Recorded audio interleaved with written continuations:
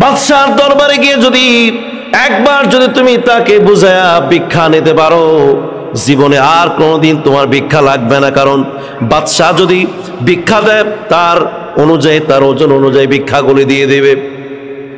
ভিখারি বলল যে হ্যাঁ ঠিকই তো, আমি তো এতদিন ভুল করলাম, মানুষের টাকা নাই, তার কাছে গিয়ে টাকা চাই। বাদশার দরবারে গিয়ে যদি ভিক্ষা চেয়ে নেই, ওই বাদশাহ আমাকে যদি একবার ঢেলে দেয়, জীবনে আর কোনোদিন আর ভিক্ষা করা লাগবে না। বাদশাহ মসজিদে নামাজ আদায় করলেন। ওই মসজিদে পিছনে ভিখারি গিয়ে নামাজ আদায় করলেন। নামাজ শেষে সব মানুষগুলো যখন বাড়িতে চলে গেলেন, বাদশাহ রয়ে গেলেন।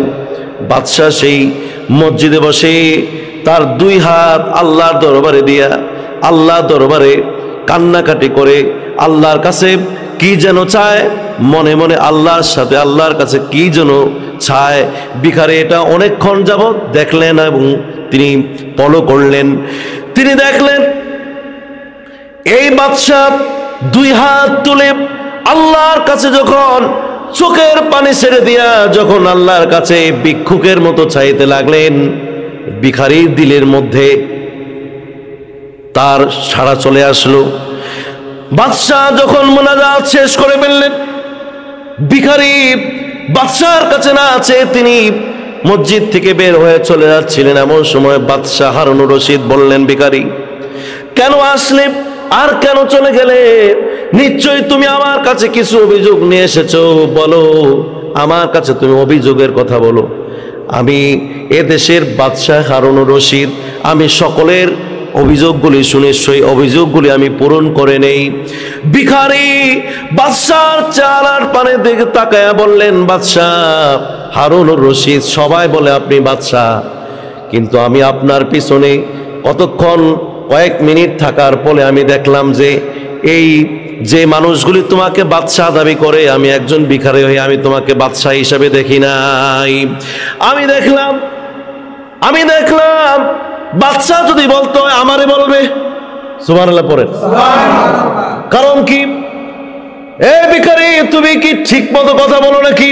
ঠিক করে কথা বলো। তুমি জানো আমি এই অঞ্চলের এই দেশের বাদশাহ।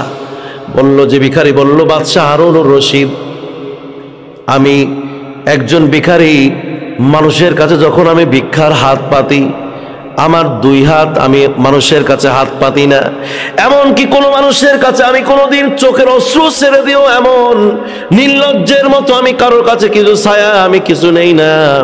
কিন্তু আমি দেখলাম আপনি আপনার দুই হাত উঠায়া আপনি একজন বাদশার কাছে এমন ভাবে চাইলেন, দুই চোখের পানি ছেড়ে দিয়া আপনি সেই বাদশার কাছে চেয়েছেন। সুতরাং আমি আপনাকে দেখলাম আমার চাইতে বড় ভিক্ষুক আপনি।